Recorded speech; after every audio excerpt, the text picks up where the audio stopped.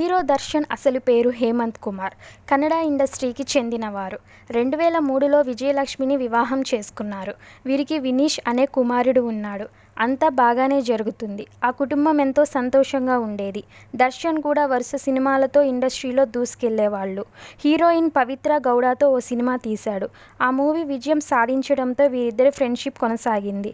ఆ ఫ్రెండ్షిప్ కాస్త సహజీవనం వరకు వెళ్ళింది.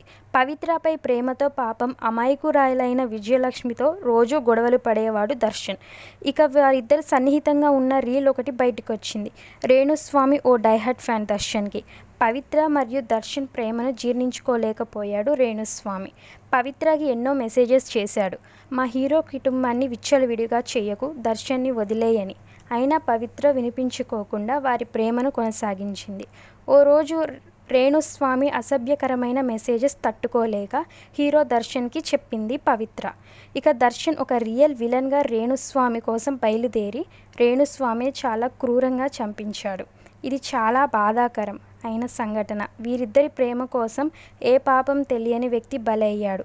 మళ్ళీ ఆ విలన్కి నాగశౌర్య కూడా అండగా నిలిచారు.